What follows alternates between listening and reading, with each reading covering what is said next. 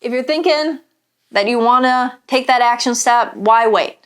Book your session right now. Go to liberateyourself.com, click on either Liberate Hollywood or Liberate Emporium, see our amazing practitioners and who resonates most with you. And then book a session via Skype, phone, or in person.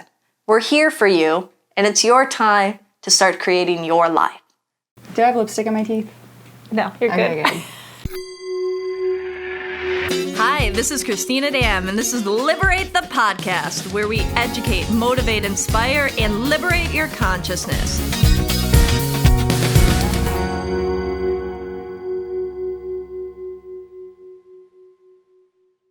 Oh my God. Hi, Rebekah. Hi, LANI.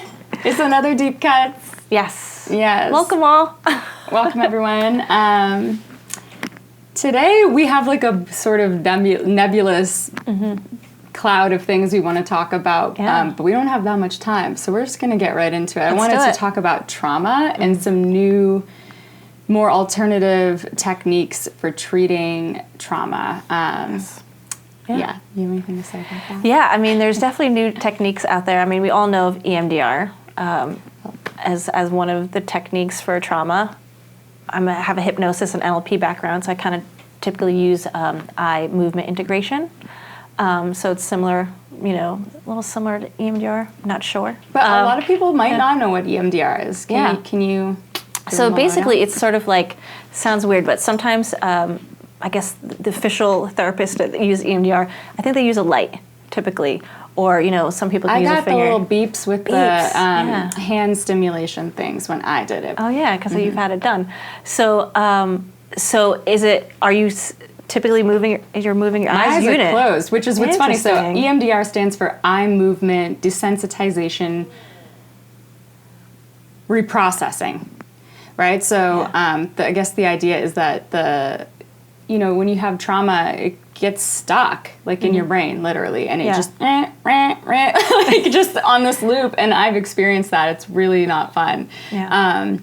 And so there's a certain like stimulation that can be done that helps move it through, and it really works. Yeah. But it's like the eye movement thing. It doesn't have to be eye movement. So. Yeah. I mean, it's interesting because I think what EMDR is doing is basically accessing your whole brain, because sort of when we get stuck in trauma states or stuck in negative emotions, we're stuck in one hemisphere of the brain. So it's basically attempting to get a cohesion of using both hemispheres of the brain, essentially.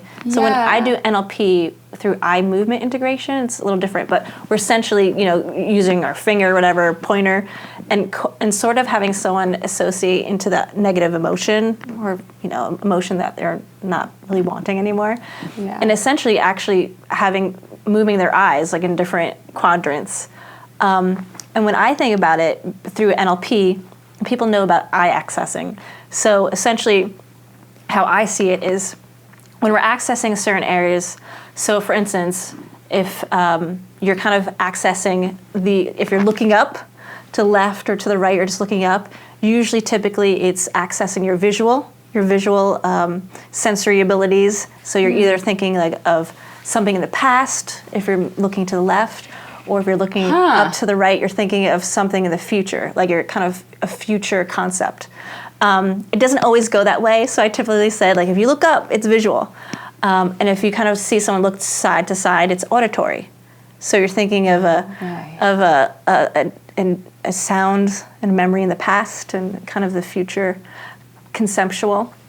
And when you look down, it's either self-talk or you're getting an emotional, emotional state. So you're kind of accessing like self-talk and your emotions and feelings and sensations. It could be tactile as well. Wow. So when I think of eye movement integration, when I do it, you can sort of sense like if someone's getting upset, and you can see what quadrant they're in. Like if they're visual, and then you kind of just have them look down, it kind of starts shifting the emotion, and it shifts the motion in the body as well. So it's interesting. So that's how I perceive like kind of eye movement integration. It's kind of like and sometimes typically people will look down if they're getting upset, because they're in a feeling state. So if you have someone start looking up while they're like thinking of that memory or association of, and then they start looking up and they're like, it almost is jarring because they're like, wait a minute. Like it kind of shifts their way of thinking. So that's how I perceive it. I don't know, like the technically EMDR, but eye movement integration is that kind of how I kind of put that all together. Yeah. And just for a little background, because I'm actually I have a huge background in like anxiety, PTSD, psychology, and like all these different like energy healing techniques, but I'm new to EMDR actually, or the concept of like healing trauma in the body that's like physically super new to me. Have had some amazing results even recently with like because I do have PTSD, so re-triggered recently and like worked through it the fastest I've ever worked through it with her help, and I'm just like blown away. So when you're talking about it being the trauma being literally in the body, it's something that I never realized before. And the EMDR, like it's in the brain, but it's associated a lot of the time to feeling states in the body. Yeah. And so I guess this like leads us, we have other stuff that we're going to talk about too. Yeah. But I'm curious like how you got into what's your terminology? A lot of people say EMDR, but you have an officially a different technical modality that you practice with it. It would be like eye movement integration. Eye movement integration. It's how I know about it through NLP. And it's like similar / the same, basically. Yeah. Yeah. Right. So you got, and then what is NLP? So NLP is neuro-linguistic programming. It's like a really big, heady name, but it's basically two linguists, Bandler and Grinder. They were linguists, and they just were wanting to model really effective practitioners, like, and be like, how are these certain people creating massive change? Like, what's going on? So they modeled like Virginia Satir, who was like this amazing family therapist, and also Fritz Perls, who is the father of Gestalt therapy, parts therapy, and also Milton Erickson, who's like the father of hypnosis. I'm the worst. Don't know anybody. Yeah, so all these people, so they wanted to know, like, how are these people making change? And they figured out their techniques or protocols of, like, change making and kind of then showed people how to do it. So these are basically modelers, people who have seen successful people and kind of broke it down and see, like, how are they creating success? So NLP, in a short way, is kind of a model of effective communication and positive change, and how we can do that for others. So it's basically how we operate, as opposed to oftentimes we get caught in like content, like we'll tell our story, and we'll kind of like constantly tell our story and get a circle around. But NLP basically doesn't always focus on the content, but the form. They're interested in how we operate as people. Like, are we when we get upset about something, are we seeing an image? How's that image? Is it up close? Is it moving? Is it in color? And kind of like dissipating the negative emotion by altering the image and things like that, like sound or like feeling states. So yeah. It's amazing because I've had 2 sessions with LANI, and you're using like at least 4 different techniques. And so, and I'm like so I'm not really like paying attention to what's happening when. Yeah. But it's like super cohesive. I mean, there's like a lot going on. Yeah, there's a lot going on. There's a lot going on. So it's like a combination of hypnosis, NLP, eye movement desensitization. Yeah, sort of eye movement integration. Yeah. Integration. And also self-soothing kind of psychosensory like techniques. So yeah, since emotion can be trapped in the body, it's sort of like ways of self-soothing. So you might be feeling the emotion, but when you start doing certain techniques with your body, sort of like movements, almost like EFT and things like that, like points on your face or on your body, it basically rewires your brain. So because when you're doing self-soothing, like kind of like psychosensory, like touching techniques, you're essentially giving yourself doses of serotonin, which is kind of like the well-being and happiness. Safety. Yeah. Safety. So, like if you're running from a tiger, you're probably not going to be, your brain is not going to be, so your brain's, you're feeling this and your brain's like, I must be safe because, so it's sort of like tricking your brain and your body by like associating to the negative emotion, but then doing all these self-soothing techniques and kind of taking your brain away from thinking about that. I mean, you guys, it really works. Like, I wish that I knew about this, like, 19 years ago when I had my traumatic incident that, prompted me to have panic attacks and things like that. So, and it's interesting because the self-soothing is, it's kind of also like a bilateral brain stimulation, just like the eye movement, integration, totally. It's all the terminologies are like killing my head, but EMDR, eye movement integration, that kind of thing. So, and even havening, which is like another official sort of school of thought that uses a lot of somatic techniques. It's all bilateral brain stimulation. And, totally. Yeah. So my experience with it, because like I've gone through little bouts of anxiety in my life enough to know my patterns, and I could see myself like kind of spiraling. And it's been years too, so I'm like way out of practice with cognitive behavioral therapy. I thought I had worked through this, and so anyway, I've never tried any somatic therapies or any hypnosis, nothing like that to treat this. And I know my brain is reprocessing it because within like a 24-hour period, 24 to 48-hour period, like it would almost be like pop, like something, I would just start seeing things differently. It's like your brain, because you're bringing in like a whole perspective in both hemispheres of the brain, and then probably also God only knows what else you're doing with NLP and like hypnosis at the same time.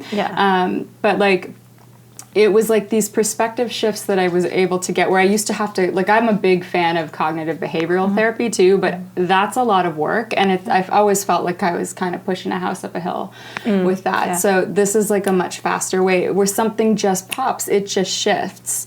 So at least that was my experience of it. And I've read other places that that's actually like pretty common, and that there's like a relatively high success rate with these types of techniques that use somatic, what do you call it, self-soothing? Yeah, I call it self-soothing, but it's like a psychosensory techniques, you know, because you're like touching your body while you're associating to an uncomfortable emotion, but it's also taking you out of that emotion. I mean, that's what ultimately it's supposed to do, like it's meant to do. It's like, you're associating to this uncomfortable feeling, but after you're doing all this, and I am doing hypnosis and LP, after you're disassociating and doing all these pattern interruptions, which are pattern interruptions in your brain, essentially. Like, so amazing. You know, so it's like, it's, you know, you might step into this, but then I'm doing all these things to get you out of that mindset or out of that feeling by doing all these other things. Then your body and your mind, it's like, cannot connect the two at the end. Like, you might be aware of that memory and might be aware of like, oh yeah, there's an issue, or this might be a trauma, or this might be an anxiety, but then you don't feel the same about it at the end. And that's essentially what it's doing. It's like disconnecting the two. It's amazing too, like the brain, we know that the brain does change. I mean, it's like even the most conventional like psychiatrists will tell you that we know now that it does, but it's amazing how quickly it changes. Like neural networks are being like pruned and growing and connecting like in split seconds all the time.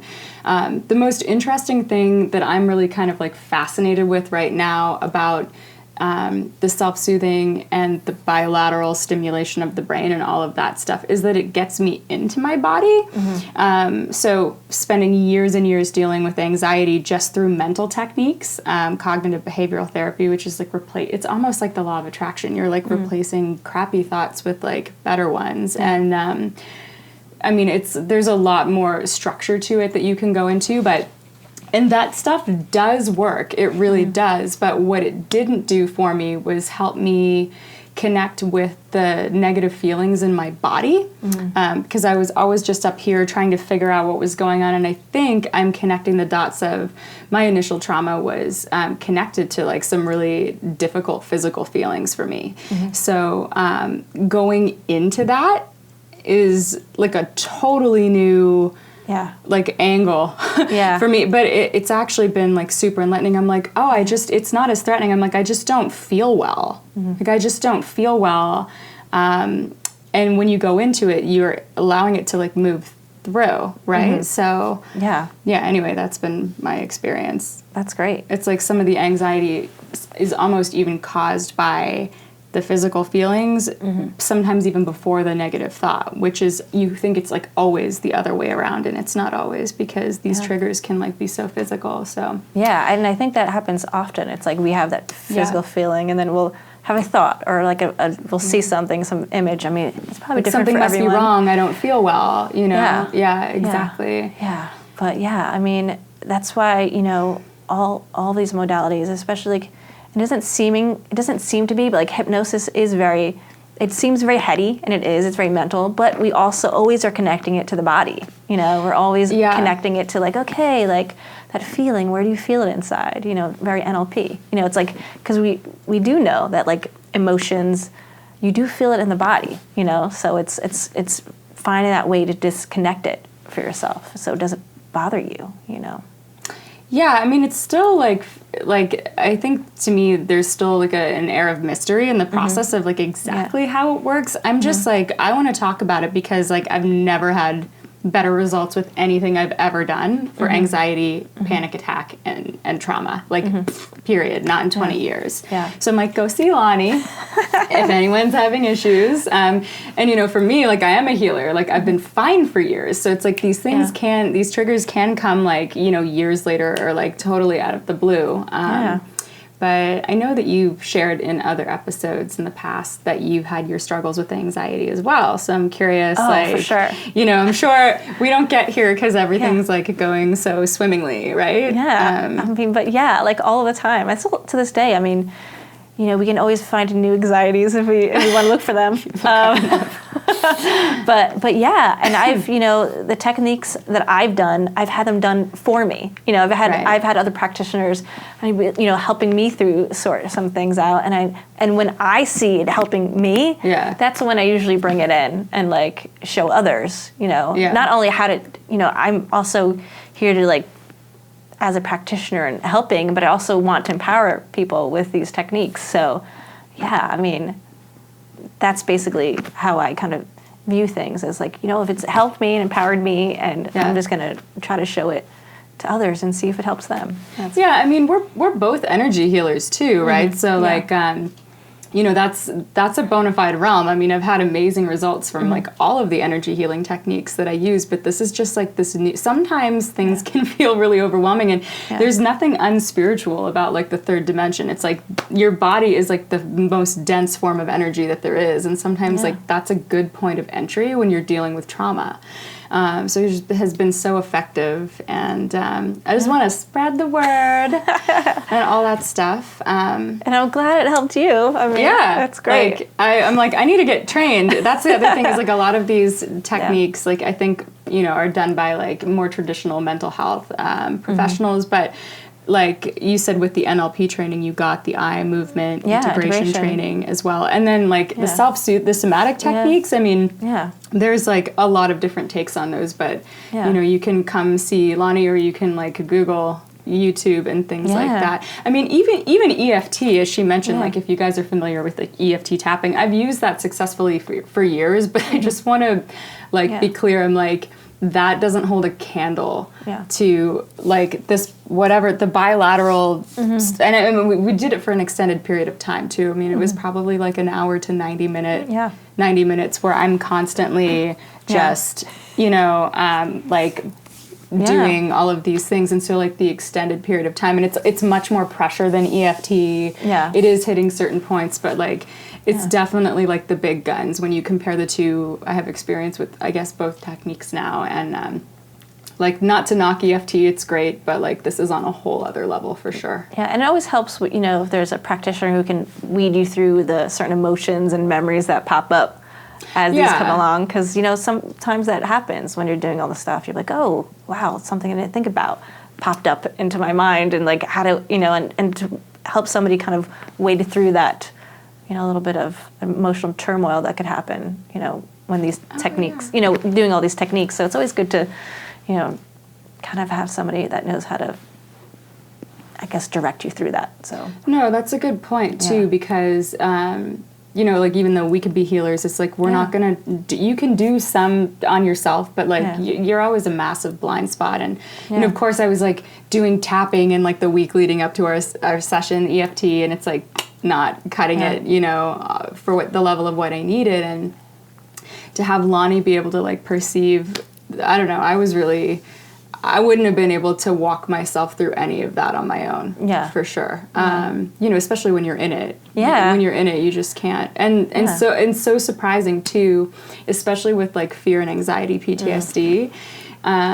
It's like, so many light bulb moments for me now is like we're trying to conjure up this original feeling, right? So I'm expecting like I need to feel fear. Yeah. Of course, like, it's like, you know, hard to make yourself feel things, but what actually is underneath it for me was the grief. And I was like, it's not working, like I can't like get there. And she's like, no, but I was like crying, I was emotional. She's like, no, we need to roll with the grief piece. And that's actually what it was. And I didn't have the perspective myself to be able to recognize that. Because underneath the fear, there's always usually some level of sadness or grief, right? Yeah, it's like anger, you know, anger is like there, but it's really something good. Emotion. Yeah. Emotions are like onions. Peeling back the layers. I'm like, when am I going to be done? Probably not till I'm dead, I guess. But yeah, we're always evolving, right? Well, no, I mean, I'm doing great right now. Are. Like, you know, I've been doing great for years, and I'm just like super grateful that these techniques exist because, like, this is working through a much deeper layer, and to be able to connect more with the physical body, which so many people see as less spiritual or less holistic. And I'm like, no, like, you got to get in there with like the meat suit. You know? Got to get in the tissue. So like, is there, I know you do like a combo of techniques, but like, Sorry. That's okay. No worries. I was just curious if there's one in particular. I mean, I know hypnosis is kind of your baby, right? Is there one that's floored you more than the others? I mean, honestly, I think it's the combination of all of them. Well, that's what I'm floored by. That's why I'm like, I don't even know where I would find another human being, honestly, that combines the same things that you do, like in the way that you do. But and I'm still trying to like evolve that, you know? It's still, you know, as a practitioner, kind of like, how do I use this and what do I do? So it's a learning process for me too. It's probably different for each session. Totally. Right? It's like improv. It's like so you don't know what you're going to be facing and how to confront it. So you're kind of just being curious and open to the process. And if the other person, the client you're working with, is equally as open and curious, then it's a good place to be in, really. For sure. Yeah. Cool. Well, what else? Is there anything else that we didn't talk about that you think is relevant to like healing trauma with these sort of newer techniques and combination of techniques? I just think it's because people are sitting it with trauma often for years and years and years. Like and obliviously. Or they just want to be over it and be done with it. Just, if you're just like gentle with yourself and kind of like just be open and hopeful that like you don't need to be in this forever, but also don't be like, I feel like, you know, sometimes there's a desperation, you know. And if if you're in that desperation, it might be harder for you to kind of be sitting in that state of openness and curiosity. So it's like, it's this kind of, I don't know. I feel like if people just come with like a childlike and open mind and just start thinking of ways of playing. Sounds weird, but come with a playful mind and be like, let's see this, what if the possibilities of this can work. Just thinking of myself, like when I came into your session, I was like, like I was not chill. And I was like so scared. I was like, nothing's gonna work. If I still have this resurgence after all these years, like nothing's gonna work. I was so scared. I'm like so grateful it did work, actually. And like, you know what? Sometimes that might happen. You know what I mean? Like, but it worked even though I didn't have a playful mind. That's true. And I think, yes, it's true. And I think that just is a testament because you put the work in. I mean, we were sitting there doing some deep work. So it's, we were both open and curious and be like, let's just see how this goes. You know? And I think that's important. It's that kind of mindset. And just, you know, if you feel like you do something and it doesn't work, try something else. Like, it's not, just don't give up on yourself, you know? Yeah, well, there's not really any point in that. Like, you know, like... Yeah, you got to keep going. You got to. Yeah. Perseverance is the key. For sure. And there's always like there's always that deeper piece and like new things popping up all the time. Like this bilateral brain stimulation, eye movement, integration thing is like a brand new concept with like just a couple decades old and like only becoming, you know, more well known even recently with like statistics and stuff like that. I mean, like these are techniques, by the way, if you guys haven't heard, like very, very high success rates with like war veterans even. So we're talking like, extreme trauma levels that these techniques are working with. So like whatever you have that you're dealing with, the chances are pretty high that, you can be helped with something like this, even if nothing else has worked. Yeah, and just knowing that, you're constantly evolving and changing every day, so you're getting closer to having that relief. Yeah. Yeah. You can feel better. Like, ding, ding. Yes. You can. You can and you will. Yeah. For sure. Yeah. So open to that possibility. It exists. Yeah. Awesome. Thanks, Rebekah. Thanks, LANI. Like many thanks to you, like 1,000 times over. I owe you a lot of astrology readings to, but definitely. Thank you for being open to the process. It's really a treat. I was super open. I was like, fix me. You don't need to be fixed. Rebekah. No, and I realize that now. Don't need to be fixed. So you can find LANI here. Yeah. At Liberate. Do you do sessions remotely for stuff like this? I would be open totally to doing sessions remotely, because it's possible.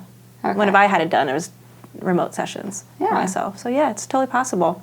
Sweet. Yeah. So wherever you are in the world, you can holler.